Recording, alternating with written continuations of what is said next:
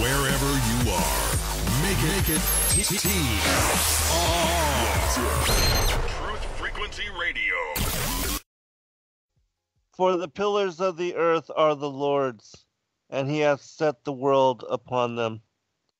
Welcome, friends. I'm your host, Zen Garcia. This is Secrets Revealed here on Truth Frequency Radio, and I'm honored to have co-hosting with me this evening, Laurel Austin. Laurel, are you there, sister? Hi, Zen. Hi, everyone. Welcome. And we have as special guest, Darryle Marble. D, are you there, brother? And thanks for having me on. Yeah, our pleasure. It's been a long time coming. I've been wanting to reach out to you for a long time, and so I'm glad that we had a chance to get together, and thanks for your willingness to come on. If you would, can you tell people where they can go, and I'm sure many are familiar with you, but where they can go and find your work on YouTube and any contact information that you'd like to share? Found on YouTube at d.marble is the name of my channel. Just, normal guy, sharing my experiences and, speaking about what I know, and that's that the earth is flat and handling other things. Also on Facebook at Darryle Marble. Twitter at dmarble1. On Instagram at d_marble_fe for Flat Earth. And that's about it, sir. Excellent. Well, I know that you are well known for your work in Flat Earth and as far as the cosmology, but were you involved with doing and creating podcasts or doing shows previous to getting into the cosmology stuff? Oh, no, not really. Not at all, actually.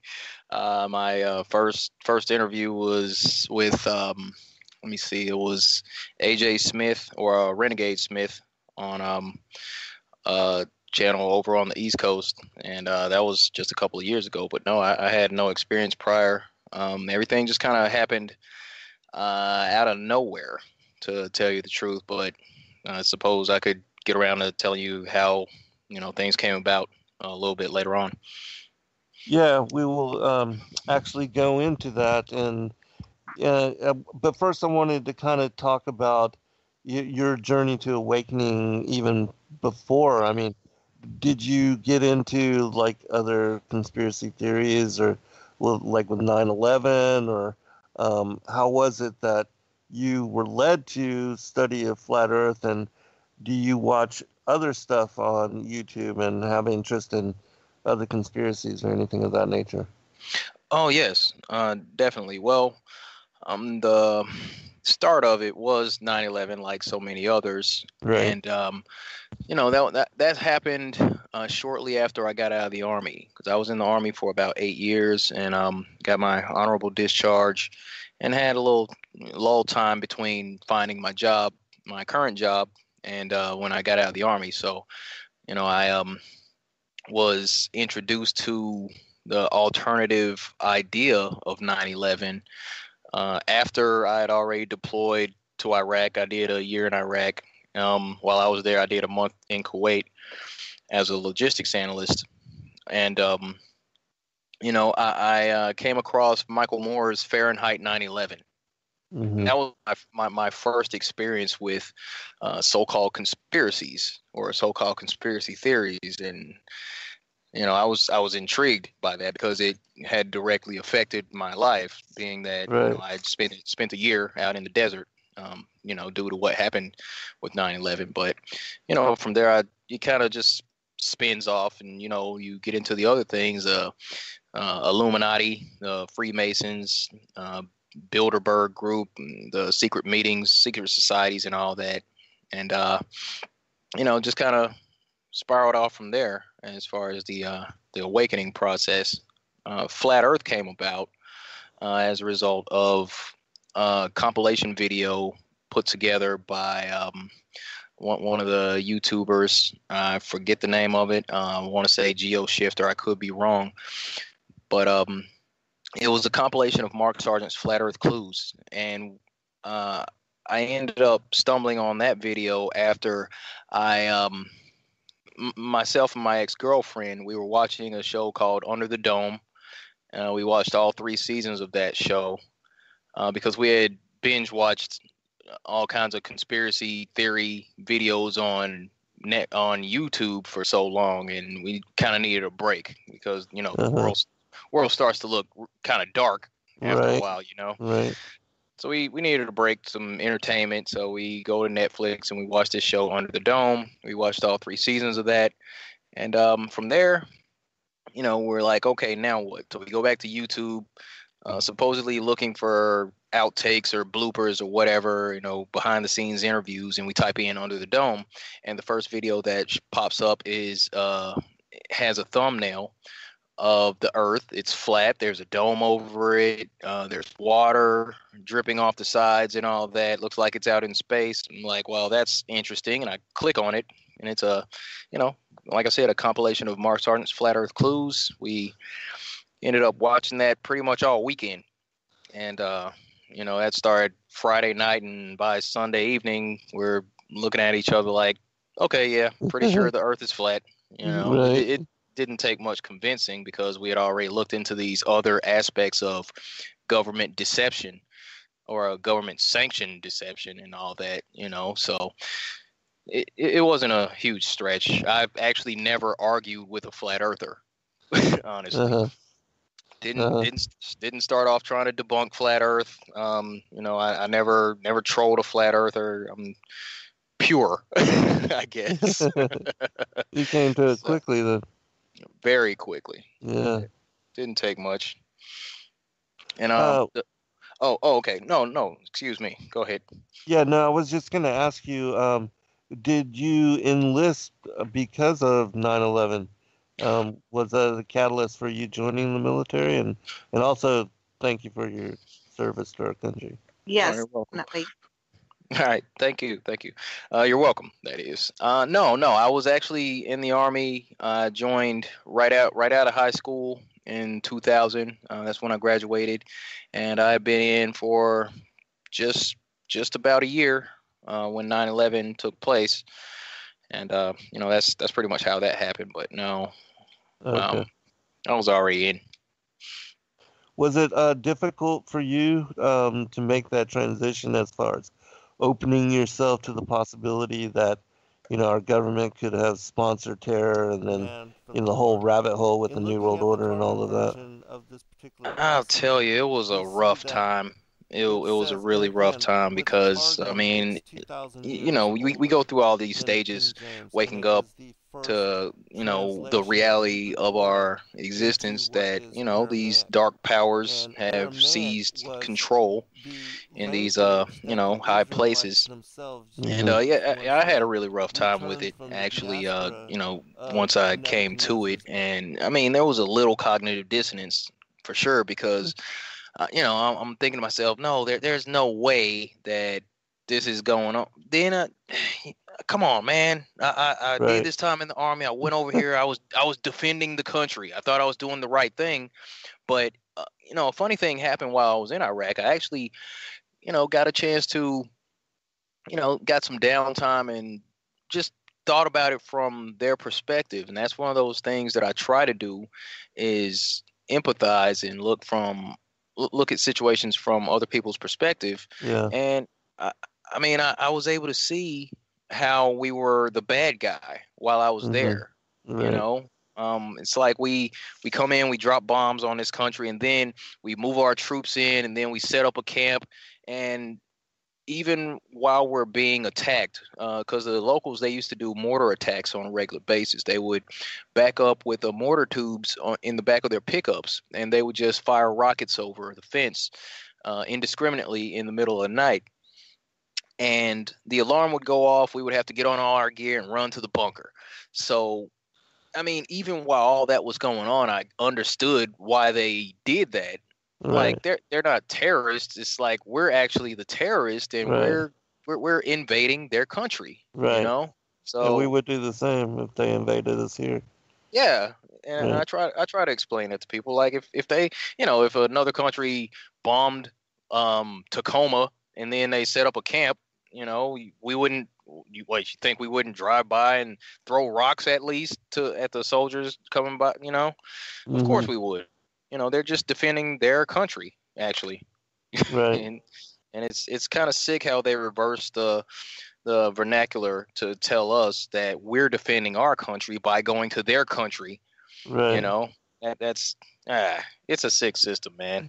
Yeah, it really is. I mean, the whole propaganda is like Orwellian. It reminds me, I saw just recently this movie called Bushwick, and it was talking about a foreign. I mean, in the movie, a foreign invading force comes into Bushwick, New York, and then all of the citizens have to rally to defend. And that's kind of what the Iraqis did when, we invaded their country on the pretext that they were involved with 9/11 when they totally were not. And the rest of the world knew that, but it took, especially for everybody here, patriotic and wanting to believe government. And I had fully, before 9/11 and the events of all that, I had no idea as to that government sponsored terror and set up the bogeymen and, used it as a pretext to invade countries and set up even puppet dictators and told them to invade, like Saddam was told to invade Kuwait, and then we retaliated. I mean, the setup is just insanity, and for normal Americans that don't really pay attention closely or not really understand the whole controlled opposition, that it doesn't make sense, and yet they really rely on that to be able to perpetuate these kind of things. But absolutely. Absolutely. And I mean, I was actually contemplating that the other day. It's just that so many people won't believe that. And, we exasperate the term cognitive dissonance, but that's what it is, because I conclude that most people don't think like psychopaths. Like Right. like you and I, we wouldn't think okay, so here's what we're going to do. We're going to accumulate tons of money. So we're going to pay these politicians to put these policies in place, and then we're going to set up these wars, and we're going to set up these puppet dictators, and we're going to set up this military, and we're going to kill some people and make it look like these people did it, so we can go invade here and extort their resources. Normal functioning, compassionate human beings do not even contemplate stuff Right. like that. Right. So that's why I believe a lot of people won't even take it into consideration, because when it boils down to it, people don't know evil. Right. Yeah, absolutely. In some of the work that I do speak about, like, because everybody thinks we're all the same, but in my opinion, there's like a physical progeny of the devil here, and that they are evil to the core. I mean, to the point where they don't even protect their own children, but abuse them mentally, emotionally, sexually, right? Even when they're young. And for us, it's like, how can you even wrap your mind around that? The elites abuse their own children and torture them in satanic ritual abuse. And for normal people, that just is so bizarre and beyond even imagining. And yet this is the regular behavior of these particular bloodlines. And it's just insane. Have you looked into and studied any of that at all? Yes, actually. I've done a lot of listening to lectures and a lot of people going over these topics. But yes, I do believe that there is a remnant of the the fallen angels. Yeah. Like they still exist, and their offspring still exist. And I mean that's the only thing that makes sense. Right. That's the only thing that makes sense. I'm like, normal people don't even they don't even fathom sitting around coming up with the concepts that these people are able to execute, like you were saying, the satanic ritual abuse, the human trafficking, the Right. torturing, the that sick stuff that they do behind the scenes. Like regular people don't think about that. It takes a insanely wicked mind to come up with those things, and that's not what normal people do. So yeah, I mean, it's got to be, Yeah, I agree. Laurel, did you want to comment or ask something here? Well, I have a question for Darryle. When you were in the service, that was around the time of 9/11, and I was wondering if you could confirm, it was supposed to be common knowledge among troops. Did you ever hear about the troops that killed a giant in Afghanistan in 2002? Can you confirm that or not? I can't confirm that. I've heard about it. I wasn't even close. I wasn't on the front lines. I didn't have to squeeze off a single round. I was the logistics guy. But you heard about it in the circles of the military? No, actually, no, I didn't. Okay. I saw it on YouTube like most everybody else. Okay. I would think that because you're in Iraq too, that those kind of stories were not spoken about a lot, but probably centered in Afghanistan with Kandahar and all that. But yeah, that is an interesting. Is that another one of the rabbit holes? Have you done any research on the giants and the fallen angels and looked into that? As far as, do you study any of the biblical texts on any of that, or the Book of Enoch stuff? Well, most recently, looking over the Book of Enoch, what I was reading was how the description of the sun and the moon, Right. as far as their cycles, Yes. going through the gates and all that, and that's Right. what I was looking at as far as Book of Enoch goes. As far as the giants, Nephilim, the fallen angels, the serpent seed and all, yeah, I've looked into it. Not a thorough, in-depth knowledge of the topic, but I am aware. I am aware that, and I do believe that there's absolutely something going on. You're still so young too, brother. I had no idea that, right out of high school in 2000. I mean, yeah, you're still really young, and you got a lot of years to do the research. But yeah, so that's really awesome that you do have interest in all of that, and so with regard to, let's go back to biblical cosmology for a little bit. What was it? I mean, you said you spent the weekend with your ex-girlfriend, you were watching videos and came to understand it as truth. So what was it that led you? What were the particulars that led you to, yeah, this is absolutely for real? We watched that one video by Mark Sargent's Flat Earth Clues, that compilation, and we would stop and we would talk and we would pause and ask each other questions, and we would like, okay, let's watch it again. I think it was more me just watching it over and over, but she kind of got it. It takes me a while. But the aspect of NASA having the ability to fake space travel, the way that he went over the flight patterns and how the signal would drop off when they get over the ocean. Admiral Byrd, how he did the interview speaking about land beyond the South Pole and all that. It was just a combination of so many different points, and the way he laid those points out, it was simple, very easy to understand, and very, very convincing, and it all just seemed to make sense. But the main thing that got me though, over the weekend, I remembered how I used to go fishing with my father.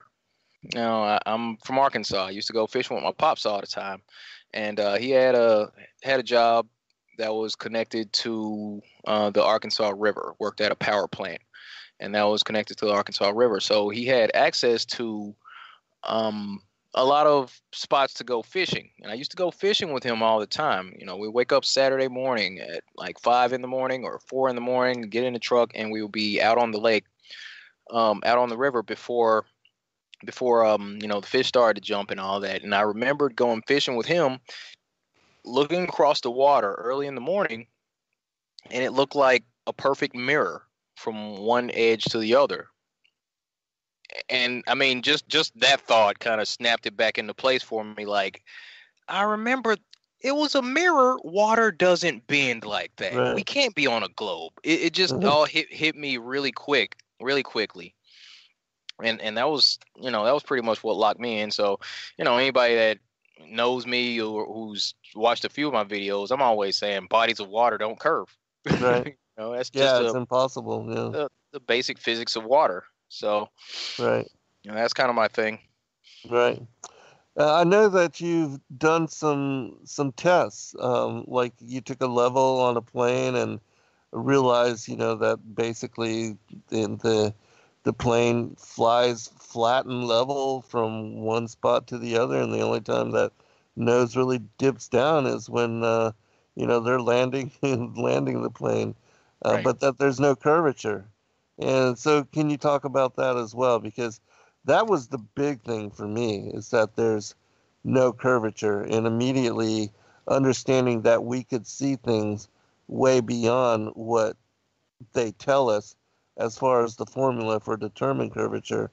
And so that immediately brought me to it, having to reconsider everything. Yep. Well, the conversation for the spirit level experiment came about as a result of me talking to some guys at my job. Now, what would happen is there were some guys that I would see frequently, and I would go hang out with them every day. And there were 5 guys. There was 2 of them that were open-minded, 2 of them that were locked in. There was 1 guy who was kind of middle of the road. So I would go watch my flat earth videos in the evening, and then I would come back the next day like, all right, guys, at 9 o'clock for the 15-minute break, I'd come back and I'd talk to those guys, and I'm like, all right, so here's what I saw last night, because we only got like 10, 15 minutes to chat about this stuff. And I'm talking to the 2 guys that are receptive, and then the other couple guys give me a hard time, but that's okay, because there were 2 people that were receptive. Mm-hmm. So there was my guy Omar. And I'm talking to him, and he was the one that was kind of middle of the road. I'm like, well, Omar, look, man, here's the thing. Is like, if you have a level, you know a regular little bubble level. Okay, if you have that, and if I sit it on the floor here in Tacoma, and you see that the bubble is centered, if I go down to Portland, I can take the level and I can sit it on the ground there, and the bubble's going to be centered. I mean, at some point, there's got to be some kind of curvature, because the level would have to kind of dip down or whatever to go over this massive curvature, right? Because that's a far enough distance. But then I thought about that experiment, and I'm like, well, let me see, how could I turn that into an experiment? Some guy would have to hold the level, or I would have to have something that can maintain rigidity in space in order to keep the level propped up for that drive. And then I would run out of space on my camera. I wouldn't be able to record. But then I remembered I had a flight coming up. I was going to go visit my daughter, and I was part of a group on Facebook, and I asked them. I say, hey guys, I got a flight coming up. I'm going to take a level onto a plane. Can you give me the curvature calculation chart for determining the Earth's curvature and all that? So they got me the spherical trigonometry chart and all that, and I said, okay, so I'm going to do a 20-minute time lapse, and I'm just going to sit the level on the tray table, and I'm going to record it, and here we go. I'm going to show you what happens. And this is when I had about 27 subscribers on my YouTube channel. So I was not expecting to, make a big splash with that. It was just something I was trying to show these folks on this small Facebook group. But that was pretty much it. And, I went to go visit her on the flights over there. I had kind of tested it out one time. It was middle of the night. I wake up, I put the level on the tray table, and you've never seen someone staring at a level the way I was looking at that thing while we were in the air. I'm like, oh man, the bubble is staying centered. This, oh my goodness, it's flat, you know? Right. Right. So, you know, and the people on either side of me, they were asleep. So, you know, I wasn't worried about being called crazy, but, you know, that was pretty much the situation. I had tested it out before I had actually recorded and uploaded the video. That's why, you know, during the video, you know, people have pointed out that I said, and what you're going to see is that the bubble is going to stay perfectly centered. And I said that because I had already tested it out on a previous flight. Mm-hmm. So, you know, I did that, and, you know, the rest is history. I upload the video. A few weeks later, it's up to 7,500 views. It was my most popular video on YouTube because, like I said, I only had 27 subscribers or so, but subscribers started coming in. People start asking questions. I'm getting attacked by trolls. And all of a sudden, I get a message from Mark Sargent saying, hey, you're on the news. So, right on. you know. All right, hold on, brother. We're at break. We'll be right back, everyone, for a second, of course. All right, welcome back, everybody. I wanted to give you a chance to kind of follow up on your story. You said that Mark Sargent had gotten in touch with you and that you were on the news, and because a lot of things went really viral really quick, and you gained a lot of subscribers and became, you know, a lot of people became familiar with the work really quickly. And so, can you speak about that? Well, like I said, it's like after the video went up and, you know, started to go viral, I get the message. I'm getting notifications. My phone is just blowing up, as it were, with notifications. And I'm like, dude, what is going on here? Man, people are still commenting on that video. I put it up weeks ago. Leave it alone, people. You know, it wasn't really a big deal. But then, you know, I check my phone and I see one notification, and it's Mark Sargent. I'm like, what now? So I go click on it, and he says, hey, you're in the news, man. He leaves a link, and it's a link to IFL Science. Now, IFL Science, I effing love science is what it's called. They did kind of a hit piece on me, and I read it over, and they used my real name. They put my face on there, you know, called me a conspiracy theorist, and, you know, went into my Twitter and posted some stuff that, you know, I said to some globe believers, not so nice things that I said. And they put the video link at the bottom so people could go check it out. But, you know, right about, I mean, even now, last time I checked, that that particular article had been shared like 65,000 times. Wow. Yeah, and from there, I mean, I saw other publications duplicate that article. Other ones, you know, were a little meaner. Other ones were kind of fair and balanced. A few of them I read were actually pretty nice, and I kind of got a couple of those saved. And you know, that's kind of what happened there, you know. And what happened after I posted that video, I didn't know this, but making flat earth videos or a popular flat earth video would cause people to attack you. And I'm being attacked by strangers on a regular basis, and I was not used to it. Right. So, you know, I'm like gearing up right after work every day. I'm like, I got my laptop, I'm going to grab some coffee, and I'm going to get on here and respond to everybody. And I was doing it for about 2 weeks. Just arguing back and forth with people and answering the same questions. So, you know, I just thought, well, you know, people are going to my YouTube channel. I'm answering the same questions all the time. I'm just going to start making videos to answer these questions in my own special way. And then when somebody asks the question, I'll just go to my channel, copy the link, and just drop it and walk away. Right. You know, so I started making videos actually to say, to just save myself time. Right. To keep saying the same things. So, yeah. Nothing too crazy, but, you know, I was just trying to save myself some time because, you know, we all get the same stuff. What about gravity? Right. Oh, the plane wouldn't have to dip the nose down because gravity. You don't know about lift and drag. Good Lord. Well, you should have used the gyroscope. I'm like, dude, I can't go back in time. Sorry. Maybe you should take a gyroscope onto a plane. Let me know how that goes. Yeah, right.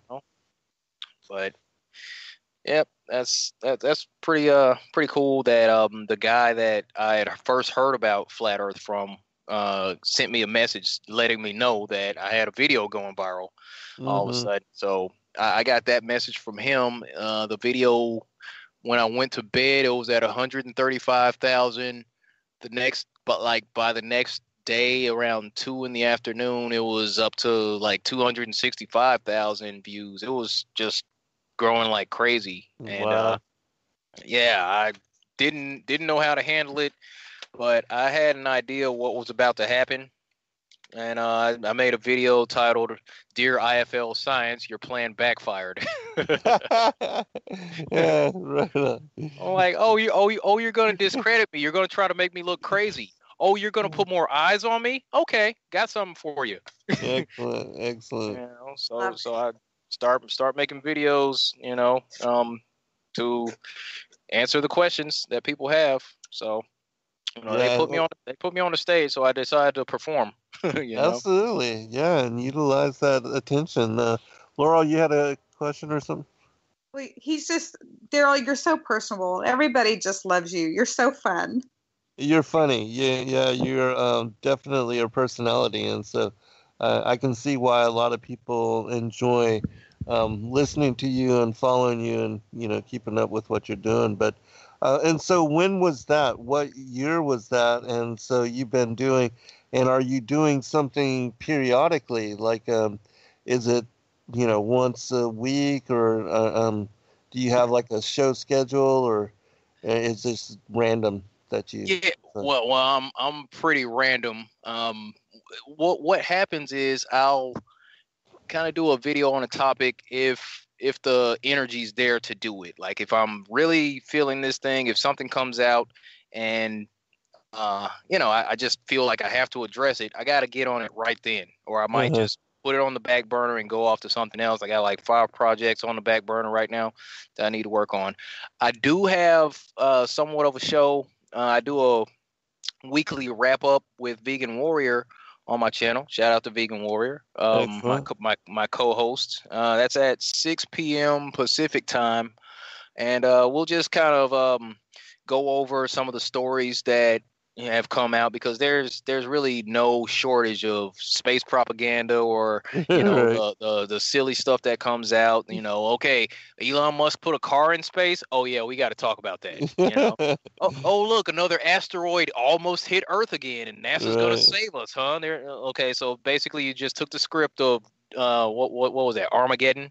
Right, yeah. Land some people on the asteroid, drill in, and blow it up, right? Sure, guys, sure. Right. Just take that stuff and talk about it. Yeah, I just recently heard you talking about the Chinese landing on the backside of the moon, and growing what plants or something for the first time ever. Yeah, a little cotton seed started to bloom, and then it died because it couldn't handle the deep cold of space. I'm like, and these are the brightest minds on Earth putting this stuff together, huh? Right. That's awesome. Yeah, so funny. If they would have figured that out. They're probably just trying to see what all we'll fall for, right? Yeah, right? Yeah. That's my thoughts about it. Like, you got to be, at some point we're just looking at this like this is ridiculous, and I honestly believe that they're just testing the population to see how far they can push it until the population calls BS on the whole thing, because they're like, wait a minute. I mean, I can just picture these guys in suits with cigars, playing poker or whatever they do. Like, hey, watch here. I got an idea. We're gonna come up with this. Ooh, how about we put a Tesla Roadster in space. No, they'll never buy it. No. They'll buy it. Watch this. The flat earthers won't, but nobody's listening to them anyway because we convinced everybody that they're crazy. So yeah, let's try that out. Oh, they're buying it. Nice. Right. Ooh, what's next? Get a good laugh. Let's put a rover on Mars and then start taking selfies of the rover and see if the general population catches on to who's taking the pictures of the rover. Right. Nah, they're not gonna ask. They wouldn't go for that. Oh, they're gonna go for it. I think they're just pushing it. They're just pushing it to see how clued out people are. Right. But that's cool. We're gonna keep doing what we do, waking people up and making them aware, one person at a time. Yeah, absolutely. I think they're scrambling too. They just came out with this whole movie about the first man, the Neil Armstrong story, and all that. Definitely they are. They know that their whole paradigm is being challenged, and which also, I wanted to ask you why you think that they are doing these kind of things. What is the reason from your perspective as far as the whole charade? Why perpetuate it? Well, here, circling back to that First Man movie, I was delighted to report that the movie flopped at the box office. Right. I'm like, it's working. That was very reassuring to me that people aren't buying it anymore. They're like, okay, we got enough space propaganda. Thank you. We're not going to go pay for it anymore. Right. So that was cool. But my reasoning or my idea, what the reasons are, I had came up with a few. Obviously there's the money aspect because NASA's budget, definitely, right. Is 56 million a day now. Yeah, I believe right. it was 52 million for so long, and now it's 56 million a day. Yeah, That's 58. Oh, excuse me. Well, there you go. Even and I mean, people have a hard time wrapping their heads around. Well, I mean, why would they lie, dude? $58 million a day. You wouldn't lie to people right. for $58 million. You wouldn't lie to people for a couple of years for $58 million period, let alone $58 million a day. Really? You wouldn't? Keep that charade going as long as possible. Heck yeah. So there's that. And it's about control is another aspect of it, because what happens is when you can convince everyone that they came from a godless big bang out in the infinite vacuum of space, 6.3 billion or however many years ago, and convince you that you're on this small speck of dust out in the middle of this vast universe, you on a metaphysical level, you don't hold yourself in such high regard at all. You don't really see yourself as anything special. And there's actually, memes on the internet where they show the Milky Way galaxy, and then there's an arrow pointing, you are here. Don't take things so seriously. Again, who took the picture? But they're like, hey, don't sweat it. You're not really that important, and for stardust, right? Yeah, we're all made of stars, and we evolved from monkeys, for crying out loud. That's what they want to convince us of. I mean, think about what that does to a person's self-esteem. So when people see themselves as made of stardust that evolved from monkeys, and we're still evolving, and this is as good as it gets, and we're subjected to this endless cycle of wake up, go work, go earn, go spend, consume, and then die. It diminishes one's self-esteem. And when someone is in that thought pattern, it makes them easier to control, because they don't see themselves, they don't hold themselves at such high value. And because they have that ideology about themselves, they see other people the same way. So they project that whole lack of self-worth onto other people and treat people as such. So if you don't value who you are, you definitely don't value who someone else is, as a living, breathing, sentient being. So I think it's just it kind of leads to a degradation of society ultimately. And I mean, it's a few steps away, but people are like, what does it matter if the earth is flat or not? Dude, do you understand where this whole globe thing comes from? Ultimately, they're saying that, nothing exploded into everything the way that you see it. The earth began spinning in the vacuum of space. These single-celled organisms came together. Something crawled up on the land, turned into a lizard, turned into this and that, and then turned into a monkey, and then turned into us. And it just takes away a person's self-worth. What Eva says, "Good to you by way of the zoo." There you go. Mm-hmm. There you go. They hide God and reject God with it. Absolutely. That was where I was about to go to, and that's another aspect of it. The people that are behind this thing, I mean, they're, the seed of the fallen angels. They're followers of Satan. Of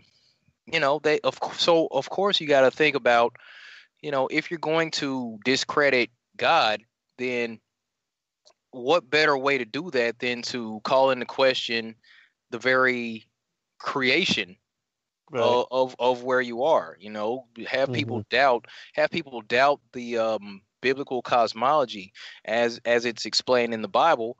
Have people doubt that, and turn their eyes towards this idea of a godless Big Bang. You're on this sphere out in the middle of nowhere, and there's no room for God according to the heliocentric model. And I used to think about this all the time. I'm like, well, shoot, man, we're on Earth. We're out in this infinite vacuum of space. I mean, where's God at? Like, out on the edge of space? Is there an edge of space? Well, here, even beyond that, there are so many layers, because you would question, well, why would God create this place and then be so far away? If there are all these other planets, and Jesus came here to save us, I mean, do these other planets have like their own space Jesus or something? Right. Yeah, you know what I mean? Exactly. Yeah. I'm like, so is it the same setup for these other places? This is all confusing. Never mind. And that would cause people to go atheist. Right. Like that story is so convoluted. But once people understand biblical cosmology, and I've seen it myself, people come back to an understanding of the Most High, and like, okay, this place was created, this place was, fashioned, and we are actually pretty important. We're at the center of the whole play. Right. Yeah, we're the only game in town. We're the only show that's really going on, and so, yeah, I agree with you. It brings back relevance, and that we are significant, and that what happens here is purposeful, and there's meaning to everything, instead of it all just being random chaos without any kind of meaning. And because why would God even focus on the earth if there's all the stars are suns, and they all have planetary systems around them? And even though we know God to be omniscient, omnipotent, and capable of looking out at all of these different places and all of these different happenings, that's still a lot to keep up with, Right. Yeah. Man. Yeah. So. Yeah. That was something and even then, our human minds will still lead us to say, well, God's not going to see me doing this, because Right. He's looking at all these other planets and stuff, all this stuff that's going on. He's not worried about me. I'm gonna go ahead and do this. Yeah. Yeah. Exactly. Right.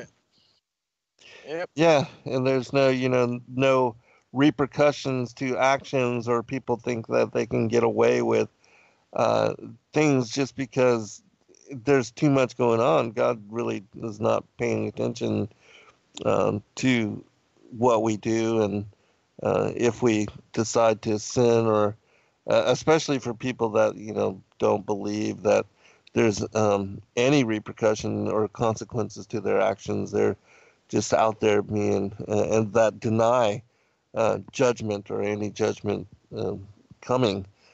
They are just doing whatever they want. Right. And so, yeah, it creates chaos, leads to chaos. It does. It does. And that's I believe that on a deeper level, the discovery of flat Earth and our ability to continue to spread the word about this will ultimately, it changes people's heart. It changes the way that we look at each other because it changes the way that we look at ourselves. Right. It just kind of it goes full circle. If you end up, not holding people in very high regard, you probably believe in a globe. That's just where it lands, and Yeah. I mean it's kind of these are just the things that I think about. Mm-hmm. Yeah, and I wanted to ask you also, and then I'll get you to comment too, Laurel. But I wanted to ask you what you thought about, like, if you study the Bible and it speaks about the coming of the Antichrist and the whole New World Order beast system will be set up by the end days, the last times, and that, in my opinion, the whole setup for the ancient alien system, that the aliens, the extraterrestrials are our creators, that is the next phase of this whole Darwinian Copernican heliocentric lie, because it certainly is the foundation for that whole setup. Mm-hmm. Absolutely. And yeah, I used to look at that all the time. Used to read Revelations or try to get through the Revelation, and I'm like, I'm gonna put that down. That's kind of scary. What's going on right there? I'm like, they're talking about people getting their heads chopped off. There's gonna have to be this mark that people have to take, and I was like, I gotta leave that alone. But the idea ultimately that we were that idea that you said as far as us being created by extraterrestrials. Years ago, before Flat Earth, of course, I halfway bought into that. Like, well, it kind of does make sense. I mean, there was stuff going on back there that we just can't seem to produce these days. This is the peak of civilization, and there's stuff going on back there. Like, how are the pyramids built now? What about all these megalithic structures that are like earthquake proof and all that? We don't build buildings like that anymore. Right. So there had to be some sort of advanced civilization that did this stuff way back these thousands of years ago. And since we are the peak of evolution as it stands here in modern society, then that means more than likely, there might have been aliens, and that's where my head was at. So right, and they talk about the return of the gods. Yeah, is what they call it, And that's absolutely going to be one of those things because you see the propaganda being pushed in like ancient aliens, these esoteric type of speakers, these new age folks, David Wilcock and the like, come out with that whole situation. Well, yeah, there's these different factions of alien species and whatnot, and I'm like, yeah, they're gonna use that. They're gonna use that, and a lot of people are gonna fall for it. Yeah. Yeah, the world is primed for that, And Absolutely. with the spraying so much, they're making the sky where they can put up a hologram and make the general population believe anything's coming in. Yeah, absolutely, and that's it's tough enough. We got a lot of work to do. Right. You know, I'll just think about these things. I'm like, okay, and that's on chemtrails, but there's people. Well, we're trying to transition away from saying chemtrails, geoengineering, but it's even being admitted out in the open now. Governments are saying, yeah, we're going to start spraying in 2019 to, you know, kind of mitigate or slow down climate change or global warming. I'm Right. saying in air quotes. And in order for, you know, people to even wrap their head around the idea of Project Bluebeam, or them being able to, you know, put these holograms into the air and all that, and project those as if it's real, you know, people would first have to get over the hurdle of geoengineering. I was about to say chemtrails again. They Hmm. would have to accept that one, but there's still people to this very day, and you can grab someone, point to the sky, and you can show them the checkerboard that they're spraying in the sky with these planes, and they're still like, nah, those are contrails. Yep, Right. Yeah. there's no chemicals. They're not spraying. You're just being silly. So if you can point to the sky and they just drew a pentagram in the sky with the Right. with the Right. spray, you're like, dude, what's that? They're like, don't worry about it. You're just being a conspiracy theorist. Hmm. So, you know, we have to wrestle with that before we can say, okay, look, yeah, it's the cognitive dissonance. Our government wouldn't do that. What are you talking about? Don't If they were doing that, don't you think everybody would figure it out? Not with that attitude, they wouldn't. Right. You know, Right. too many people would have to be in on it. Oh my goodness. You know, these are program responses that we get, you know, from all sorts of people. But it, in order for them to understand the aspect of Project Bluebeam, they first have to embrace the idea that it is possible that the governments of the world have conspired together to say, by the way, we are going to use commercial aircraft and military aircraft to spray these chemicals into the air to create this atmosphere where we can project images. But people Hmm. won't even get past the first step, you Right. know, with the geoengineering. They won't even accept that. So, you know, we just got to keep cracking away at the system, spreading the Right. information as best we can. Yeah, and I mean, this is something that's in their face every day, you know. I mean, or at least every time before the rains come. But I know. we'll be right back for a second hour. Hold on, everyone. Mhm. All right. Welcome back, everybody, for second hour. I'm your host, Zen Garcia. This is Secrets Revealed here on Truth Frequency Radio. And I have co hosts with me this evening, Laurel Austin, and we have a special guest, Darryle Marble. And so we were talking about the cognitive dissonance and the whole thing with the chemtrails, which it's so crazy to me that a lot of the people that I talk to, you know, and just trying to point out to them, you know, can you see that plane just leaving a checkerboard pattern, and many times multiple planes, you know, all spraying and different angles and different shapes. And even with what you were talking about, Darryle, that they are even spraying now in a pentagram pattern. And I mean, that if that's not the signature of the devil, I don't know what it is. It should definitely let us know who's behind this whole scenario, and the fact that there's something, a power that is beyond even government, because this is something that is being done all over the world, and the amounts of money that have to be spent on this program. I mean, taxpayers, you know, should be demanding accountability, at least finding out how much is being spent on this and who's authorizing these programs. I mean, it's insane. And yet, again, we're not being told anything. Even though they're now starting to um, make some kind of, as far as, you know, accepting that this is what they are doing and that this is the kind of thing that's going on. But before then, they, you know, it's been denial, denial, denial. Absolutely. And that's just where we're at with it, you know. It's the population's been lulled into this false sense of security, and it's kind of not sad, but it's you have to give credit to these guys, these Mhm. entities for coming up with this system to keep people so busy that they don't Right. even have time to look into this stuff. Right. That's a big part of it, in my opinion, Yeah, I agree. because we get the response even when we're just talking flat Earth to someone. Well, I don't really have time. What does it matter if the Earth is flat or not? I still have to get up and go to work. And that's exactly where I would want the population to be mentally if I were behind this whole thing. Right. So Hmm.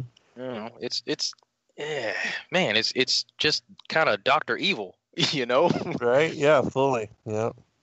Yeah. The whole Matrix. I mean, that is the situation. They've got everybody struggling just to survive and make enough money to feed their kids. And yeah, who really has time to examine and to look into and these other aspects? And then they have the whole thing with the brainwashing, the indoctrination that people automatically, especially those that know nothing about conspiracy and the realities of it, that they won't even entertain anything that seems, um, off kilter or something that seems contrary to what they've been taught as far as majority opinion, because they think they already know better, and that everybody that uh, speaks about the things that we cover with regard to truth, that all of that is just lunatic fringe. And so most of the world, they self-police themselves and are locked into a prison of the mind, that the bars and the windows and the gates of iron are all in their head. I mean, and they are basically slaves to the system and have no idea. Um, Right. and so, yeah. Absolutely. And being that that's where a lot of people are, when we have these conversations, it works better if we can kind of tie in some emotion to what we're saying. And Hmm. the best way that I can think to do that, and this is me talking flat earth again, is to go out and kind of do my own experiments, to do my own tests, because Right. I mean, after a while, I kind of get bored with saying, okay, well, go watch this video, or go, this guy did this or this guy did that. So I'll set myself apart by trying to strengthen my own argument by going out and doing my own observations, my own Hmm. experiments, my own tests and all that, just to say, well, this is what I did. Well, when I was out here, this is what I saw. So explain that, tough guy.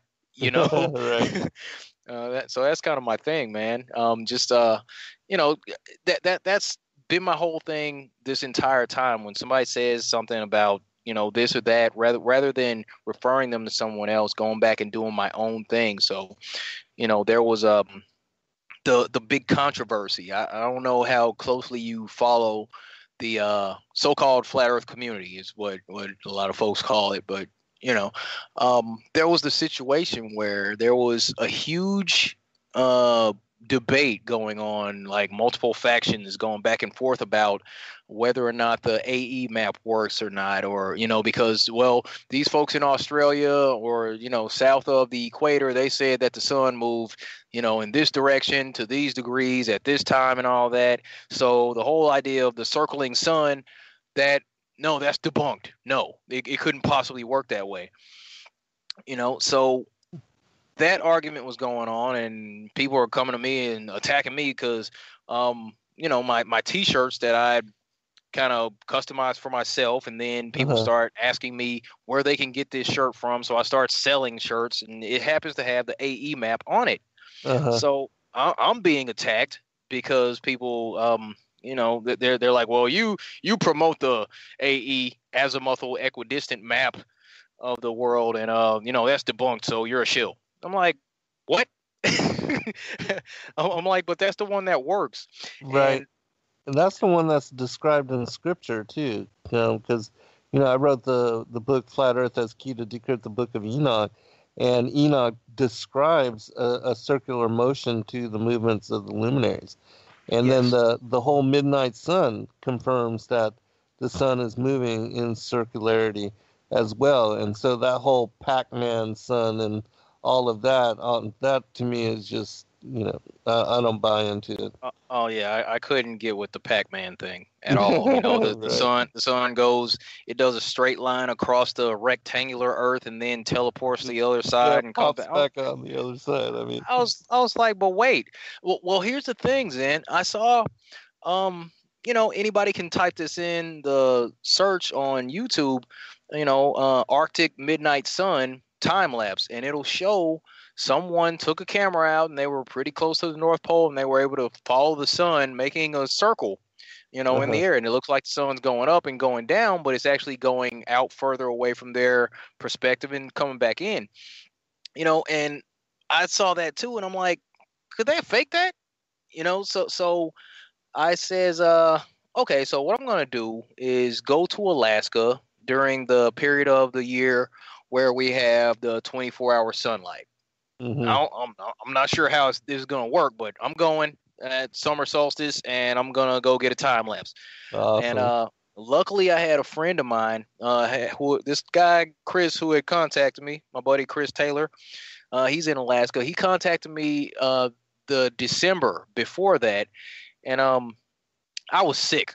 I was in a hotel room because I was sick. I was running like 104-degree fever, and trying to get over that. And this guy, he's spamming my comments on YouTube, and he's sending me messages on Facebook Messenger, and he's like, "Hey man, blah blah blah." I'm like, "What?" He leaves his phone number. He's like, "Hey, you need to call me." I called him up like, "Dude, what?"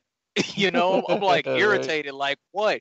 So he was really trying to get my attention. So we ended up on the phone for like an hour and a half, and we became friends there. And I remembered that he told me that he was in Alaska, and if I ever needed his help, then I could give him a call. So it was about time for me to call in that favor, and he took really good care of me. We stayed. He allowed me to stay the night at his place one time, and he was with me the whole time.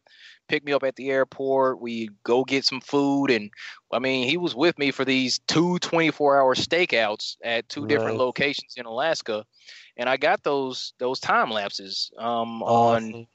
On June 22nd, we were at Murphy's Dome, and started the time lapse at 11 p.m. That night, and we just followed the sun around. And there was one point, it was an epiphany to me, where the sun is making a circuit over the North Pole, and it was around like 2 a.m, and we could still see the sun in the distance. But I come back a little while later and look on timeanddate.com, the time where I could see the sun in the distance while I was in Alaska, the sun was actually over Africa.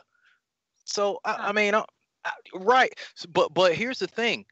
Okay, here's what blew my mind while I was out there. I'm like, we here at this place on Earth can see the sun at the exact same time as everyone else on Earth who can see the sun. Mm-hmm. That was crazy to me. Just that thought while it was going on, because halfway through the day it got to about 12 hours, and we're like, okay, it was over there, now it's back here. And then I start to see it at about 16 hours. It's creeping up and looking like it's about to go back to the same spot, and I'm freaking out. I'm like, it's gonna actually make a circle. Awesome. So I mean, it was really cool, and we had the discussion. We're like, why would God's throne not be situated at the North Pole? Right. Exactly. Yes. Like above the North Pole, and then the ambient green, the emerald light coming off the throne and all that. Right. That's like the Northern Lights, right? I mean, isn't that like what we call the Aurora Borealis? Borealis, right? Yeah. So it all just kind of snapped into place. Like, whoa. Wow, heavy. Yeah. It was, man. I'm telling you. And I didn't get to see the lights out there. I was actually thinking about going out there in a couple of months. I hear it's pretty gorgeous out there as far as the Northern Lights in like March time frame. So I may take a weekend and sneak out there. I may not, but just getting those time lapses. And what I wanted to do, it wasn't to prove anything or debunk anything. I wanted to make sure that what I was seeing on that one video, watching the sun make that circle, I wanted to prove that to myself and then get the time lapse and bring it back and, just give that to the people, Yeah, it absolutely. was, That's amazing, brother. That really is amazing. Thank you. Yeah. Thank you. Photographer, I'd love to hitch a ride. Awesome. All right. I'll keep you in mind if I pull the trigger on that one. But yeah, it was a good time, and I'm really glad that I went out there and did that. A lot of people have come back and said that was a really eye-opening situation. It's really nice that an actual flat earther, went there to get that footage, and Right. I wanted to. Prominent flat earther too, well respected in the community. Thank you. Yeah. Yeah, I wanted to bring that back to the people and share that. That's kind of my thing. I'm just gonna bring you all on my adventures. That's kind of my thing. So Yeah, that's awesome. That's that's very cool. I'd love to, witness that myself. Did you get a chance to check out the solar eclipse at all? Yes, I did get a chance to watch the solar eclipse, the one in 2017, the one in August, or was that September? I believe it was August 21st. Yeah, August, right? Mm-hmm. Okay. Yeah. I watched that solar eclipse from in the grass of an apartment complex that I used to stay at. I actually went to work that day, and I couldn't hold still. I was like, I gotta go. I gotta go. I'm sorry. I Yeah, went in at 7. I was like, it was about 10 o'clock. I'm like, guys, I gotta go. I'm sorry. Right. I just marked, I was here for 3. I'm going for 5. I'm sorry. I gotta go. So I had to go watch that real quick. And I totally disobeyed the rules. They tell you not to look at it with your naked eye. I'm like, yeah, whatever. So I'm barefoot. I'm barefoot in the grass watching the eclipse, and the only way that I can think to describe this is it kind of looked like the sun was eclipsing itself.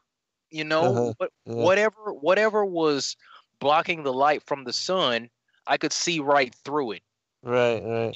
Like I could see the blue sky in that disc shape as it crossed in front of the sun. Like it's like, part of the sun became invisible, as it were. Right. Yeah. It was so strange. yeah, that was weird. It was so weird. But it was magical. It was. It was.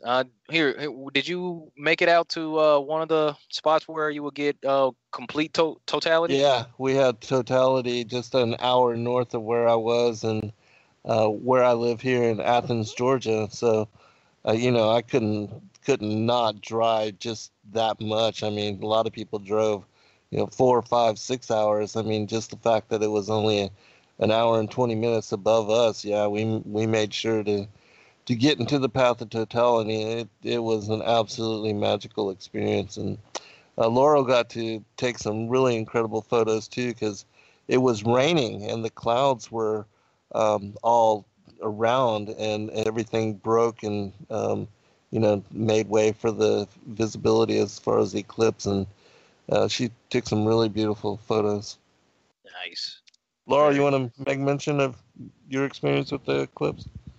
Yeah, we went next door. We're in Kansas. We went over to Missouri, and we had a couple of minutes of totality.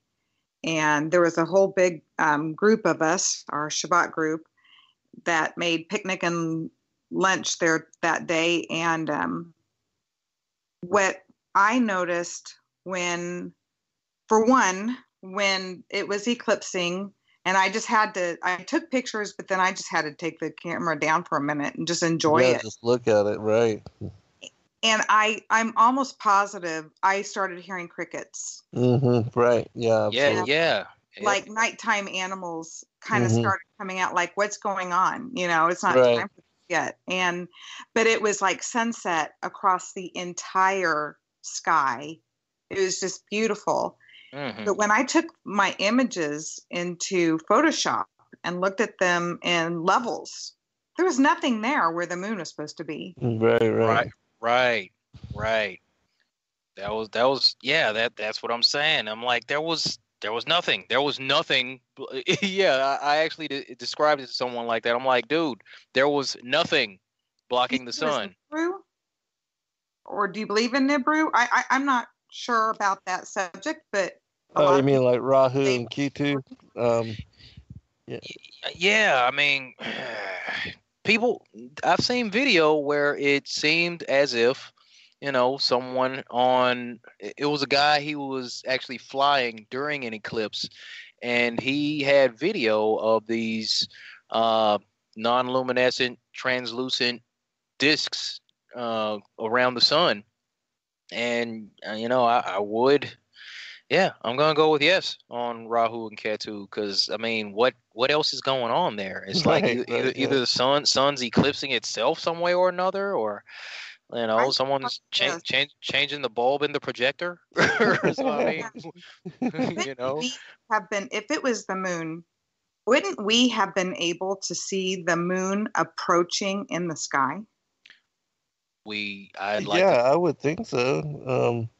And then you would think that, the moon is not smooth. It has, kind of the ridges, the crater formations or whatever those are.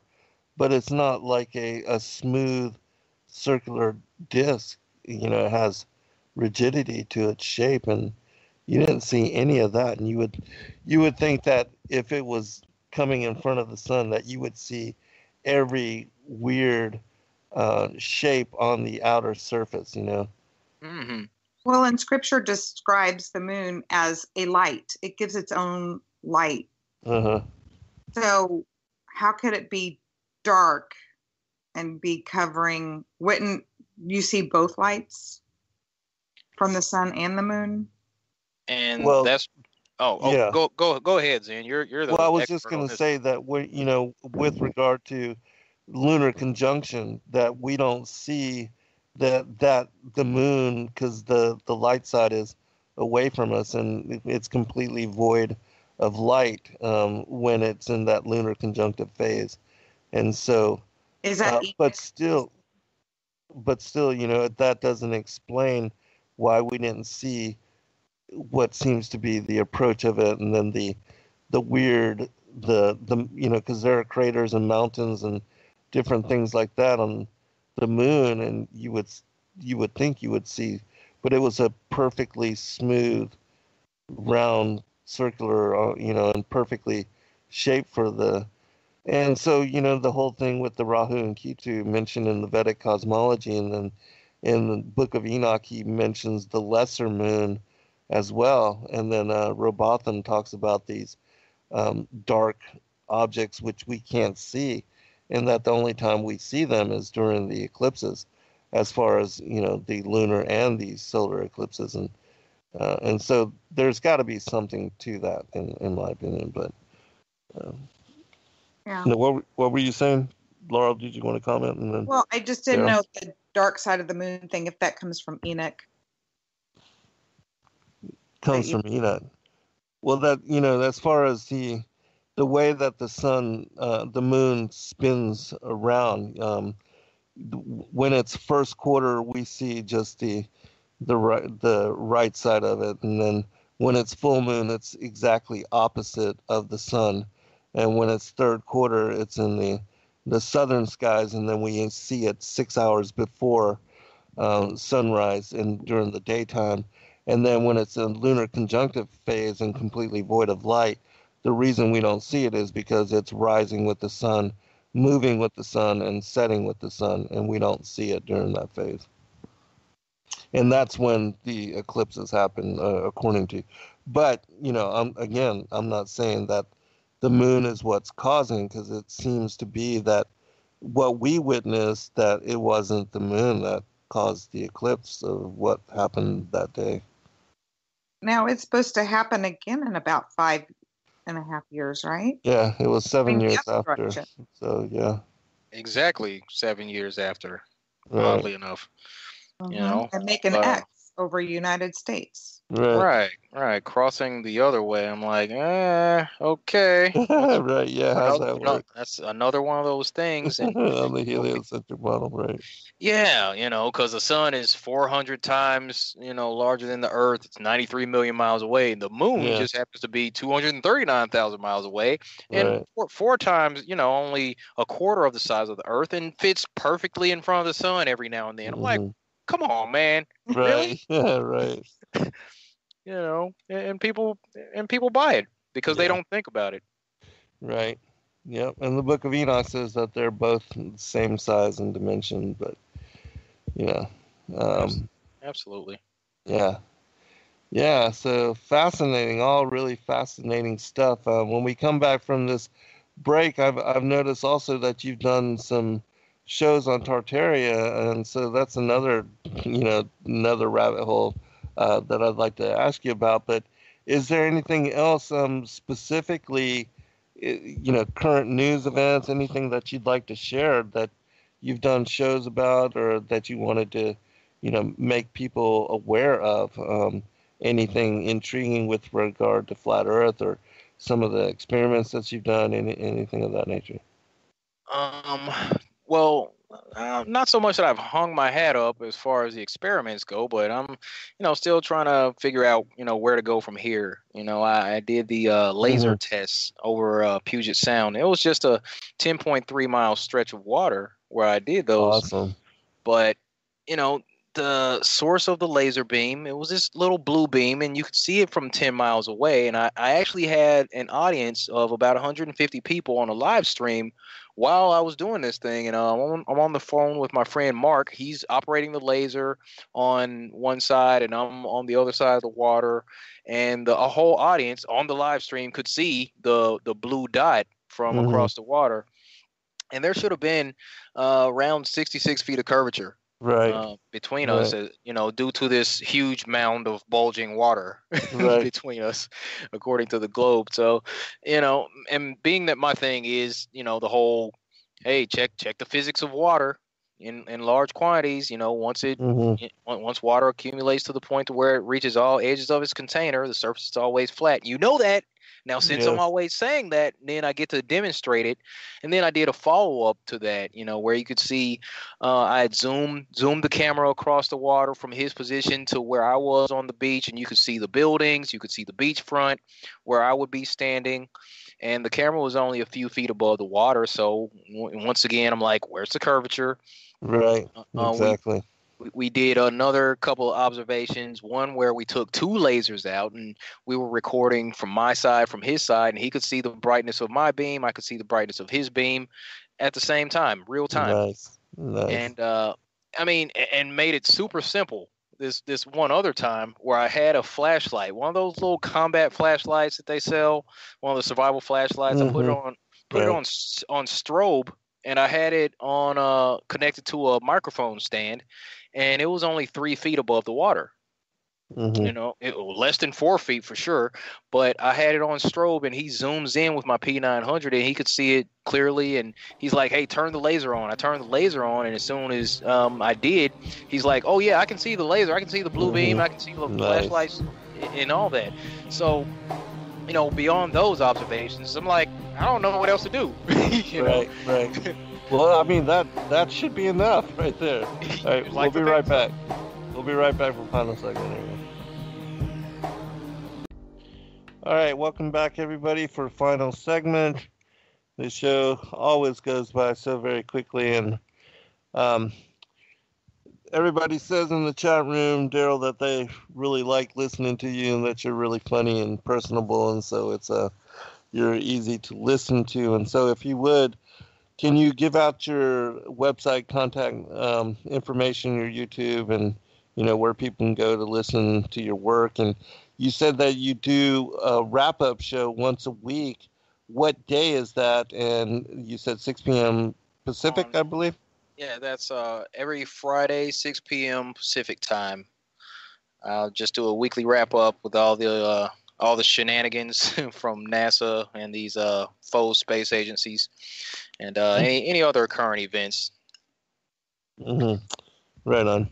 Excellent. And what is your YouTube again? And that's where you do it, right? That is D.Marble on YouTube.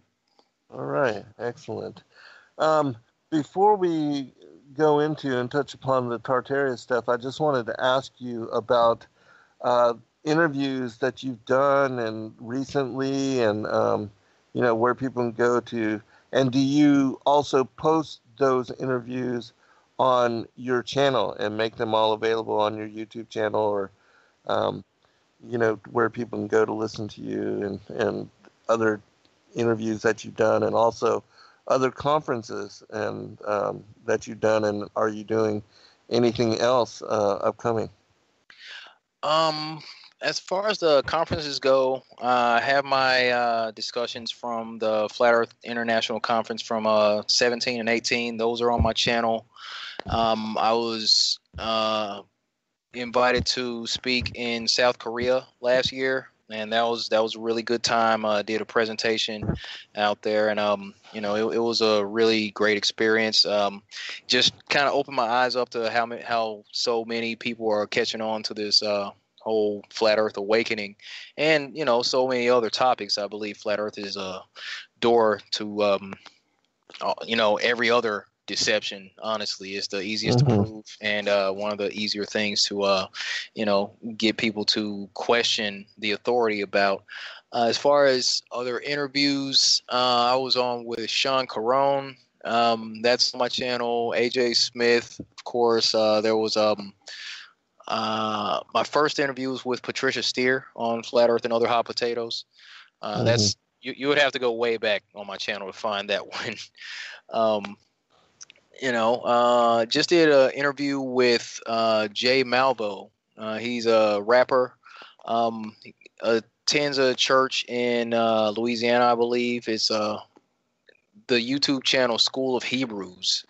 The pastor there, he did a series on Hebrew cosmology, aka Flat Earth, and did that for his congregation. And Jay Malvo, he's one of the artists in affiliation with that church, and came out with a song about the moon landings titled "Never Went." And it's one of my new favorite songs, and I just had an opportunity to chat with him last night, and that's on my channel.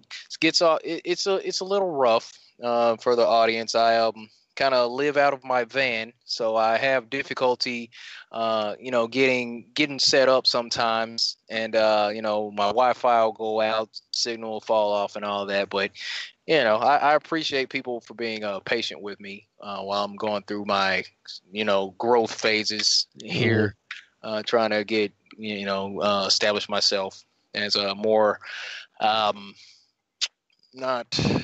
more organized content creator. But yeah, it's a learning experience, and I appreciate everybody. But yeah, that's just a few things that are available.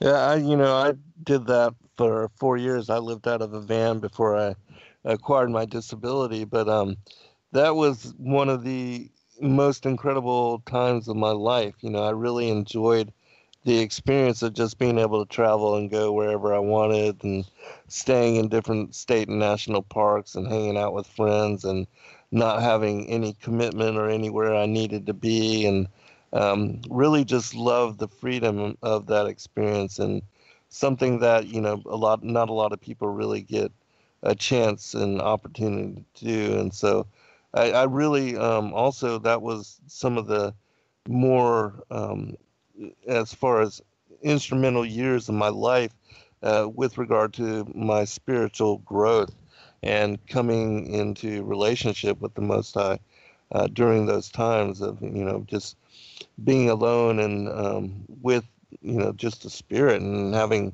the opportunity to live like that. And not a lot of people have ever experienced that, and I think that having a life of solitude like that, and being able to adventure and wake up to every new day being a new dream, that the opportunity truly is a blessing, and that one can come to really deep, profound relationship with the Most High in that manner, living that way.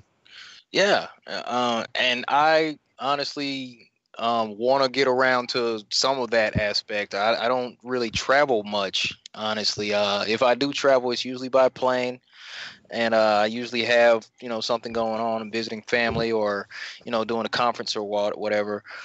But I have a full-time job here, and I'm kind of doing this to save money, Mm-hmm. but it was another aspect of understanding the system and how corrupt it is, and just kind of wanting to take a step back, you know. Mm-hmm. Just the idea of people having to pay for land. I'm like, who did the government buy this land from exactly? Right, right. We have to pay to live here. Like this is Earth. Who Yeah, who yeah, right. who these guys buy it from? Why am I paying you to stay on this land? You Mm-hmm. know You can buy a house, but you still won't own the land that it's on. exactly. Exactly. Just. I mean, I didn't like that. I don't like the idea of being in debt. I don't like the idea of Right. having a landlord, Yes, things like yeah. that. So I take my van. I'll go to work and I'll get off and I'll go freshen up at the gym.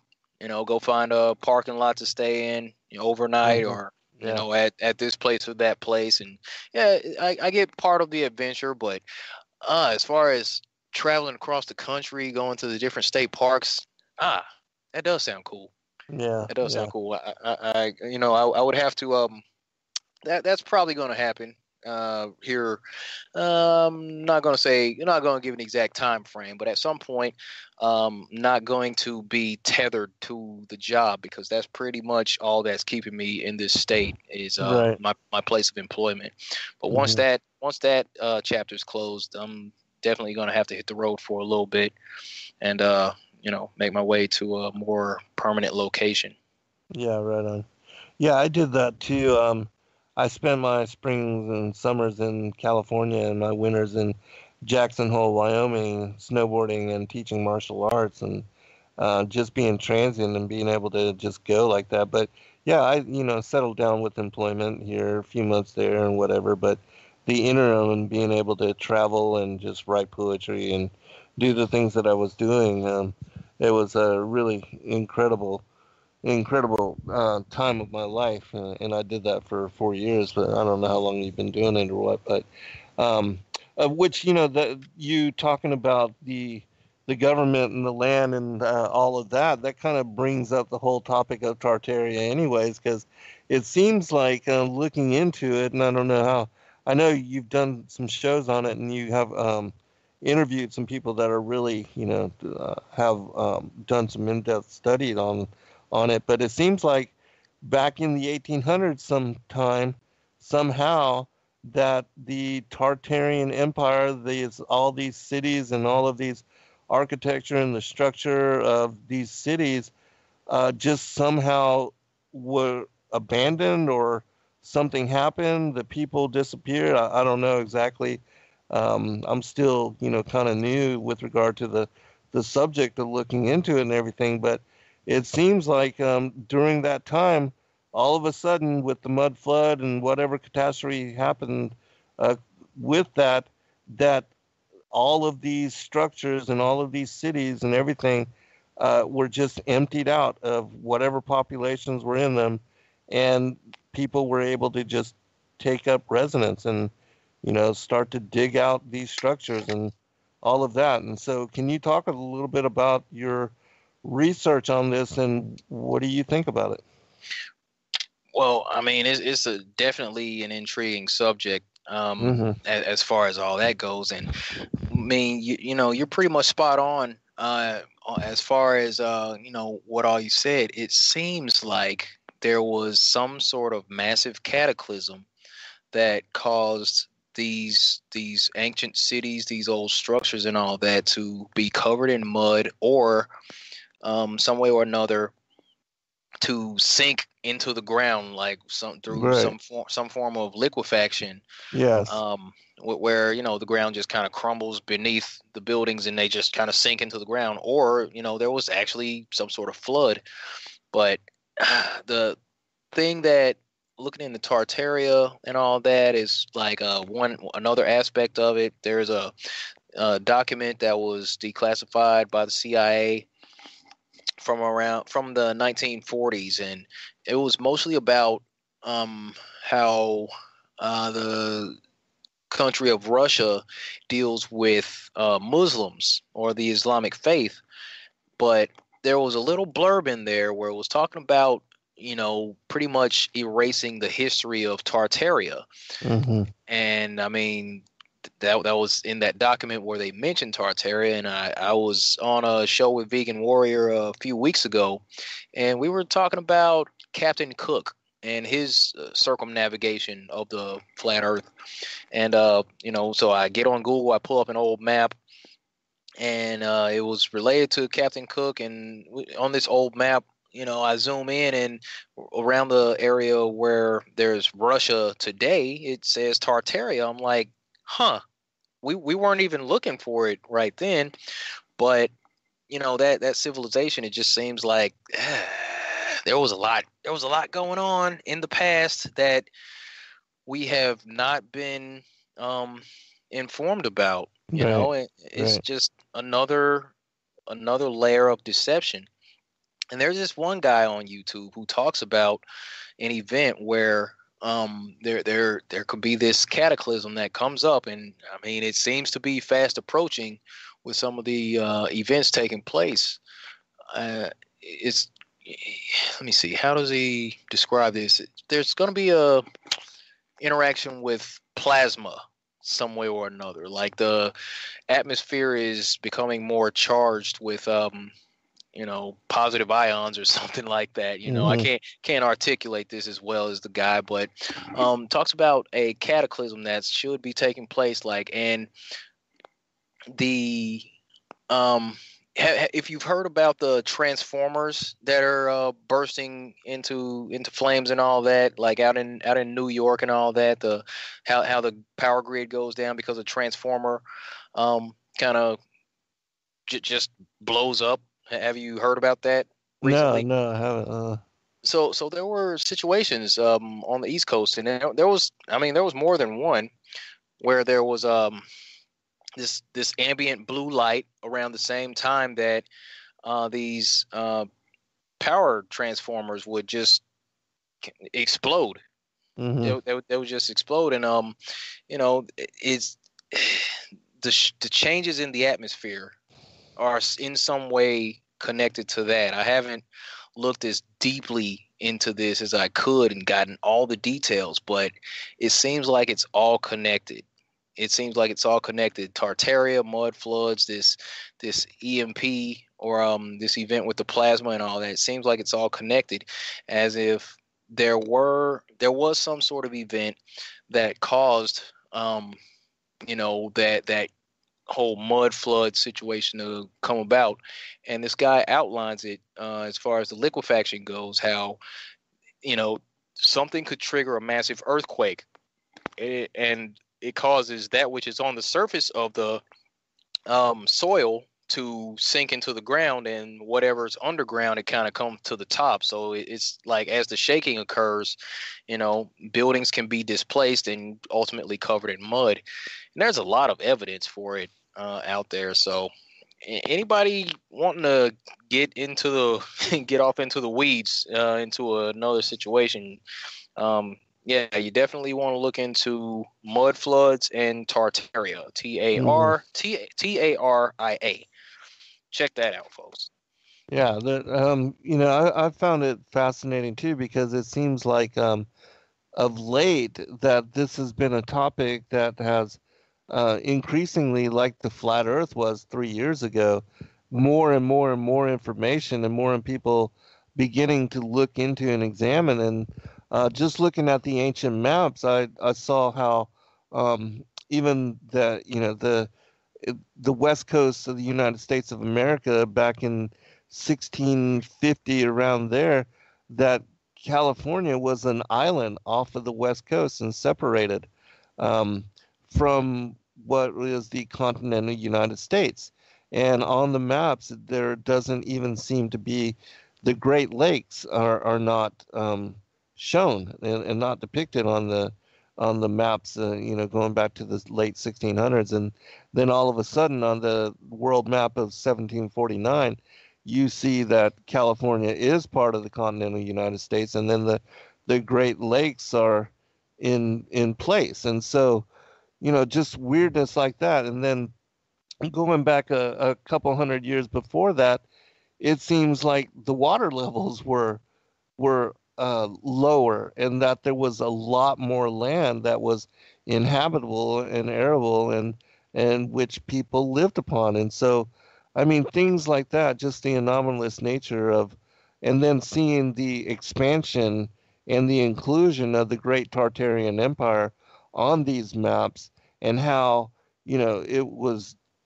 massive and larger than any other empire in the history of what seems to be depicted on these ancient maps, and yet nothing, as far as the history or what we've been told of world history, no mention of the Tartarian Empire, the people, and then looking back at the cities and the architecture, there seems to be some kind of free energy capacity built into the steeples and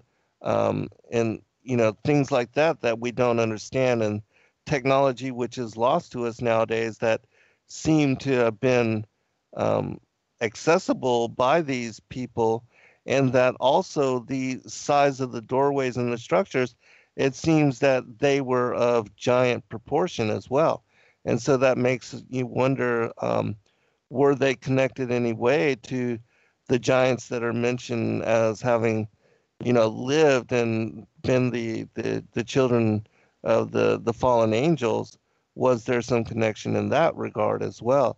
And so a lot of things to consider and a lot of things to look into, but I thought it was interesting that you've been doing some shows on this, and so those kind of considerations is just another one of those things with like the cosmology. It's forcing us all to reconsider what we thought of as truth and what we thought of as the reality, and the perspective on reality. So can you comment on some of the things that I just mentioned there with regard to that? Well, absolutely. It's not so much that I did the show. I would invite people who were doing the research. Right. Yeah, you're smart. Yeah, You're I'm wise like, to do that. I'm like, oh no, I'm not gonna be the guy. I'm like, hey, let's bring these guys over here. I've been watching your stuff, man. Hey, tell the people about this, Yeah, and right. Yeah, educate me on it at the same time. right. But yeah, as far as they have these complex systems of the aqueducts and all that, to handle waste and all. The Right. aspect of the churches, the steeples and all that used to kind of move energy. And there's some that show like aerial views somewhere or another that the cities are set up to look like circuit boards, oddly enough, to just Right. kind of Yeah. create the energetic flow through these cities. And I mean, it's people who play with etymology and they're like, yeah, the idea of electricity, it's electric city. I'm like, whoa. Yeah. So Right. yeah, Wow. Yeah. just kind of playing like with those words. And the pictures that they show where there'll be what looks like a fireplace, except there's no fire. There's no place for firewood. Right. Yes. There will be a couple little beams or whatever right next to the fireplace, and as if it could create this radiant heat without the need to burn anything. It's really really an interesting topic. As far as the maps go, while you were talking about that, I got the whole the vision in my head about what's going on at the North Pole. Right. In the older maps where it shows the four land masses Yes. Right. around the North Pole, and then there's the magnetic mountain, Mount Meru, Right. as it were, or the Garden of Eden, whatever that may be. And that's not on the maps these days. That's Right. nowhere to be found Exactly. on Yeah. these maps. So I mean, it just leads me to wonder. Well, I mean, what happened to that land? Is it still there? Or did they just edit it off the maps, or what happened? You Right. know, I mean, there's a lot of stuff to cover. There's a lot more room for anybody who wants to get into the aspect of trying to lift the veil on these things, because we can't.